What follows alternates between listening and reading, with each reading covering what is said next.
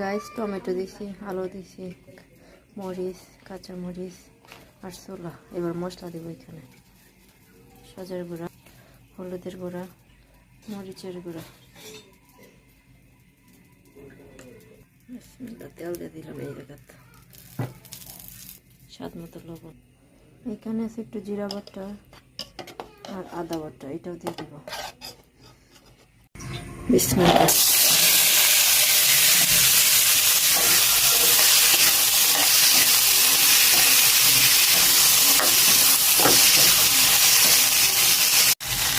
Rice হয়ে গেছে।